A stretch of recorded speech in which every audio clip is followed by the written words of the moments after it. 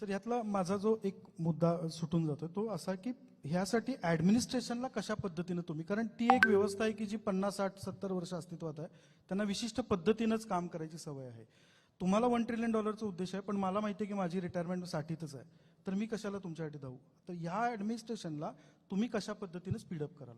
नाही, मुळातच माझं मत असं आहे की ॲडमिनिस्ट्रेशन किंवा टेक्नॉलॉजी या दोन्ही गोष्टी या घोड्यासारख्या आहेत. जो घोडेस्वार असतो त्याने मान ठोकायची आणि त्याला गती द्यायची. त्याच्यामध्ये क्षमता असेल तर ॲडमिनिस्ट्रेशन नीट चालतं. जसं अनेक वेळा लोक टेक्नॉलॉजीला घाबरतात. मी नेहमी सांगतो की टेक्नॉलॉजी घोड्यासारखी आहे, त्याच्यावर बसलं की त्याचा उपयोग तुम्ही करू शकला.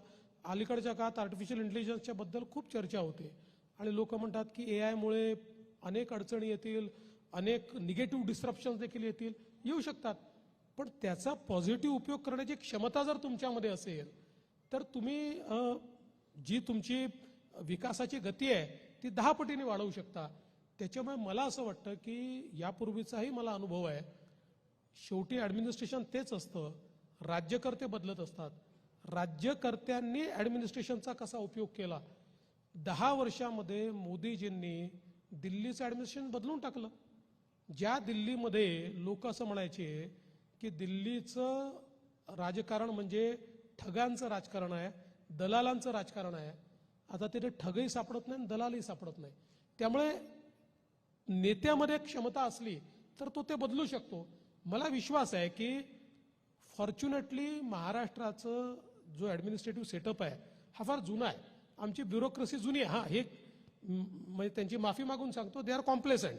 कारण गेल्या अनेक वर्षामध्ये आमच्या ब्युरोक्रेसीला माहिती आहे की आपण चांगलेच आहोत आणि त्यामुळे अलीकडच्या काळात खूप लोकांमध्ये नवीन करण्याची इच्छाच दिसत नाही.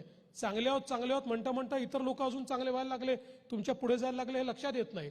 त्यामुळे ती कॉम्प्लेसन्सी जर थोडी दूर करता आली तर मला असं वाटतं की best of the bureaucracy is with Maharashtra. त्यामुळे निश्चितपणे त्यांच्या माध्यमातून काम करता येईल आपल्याला.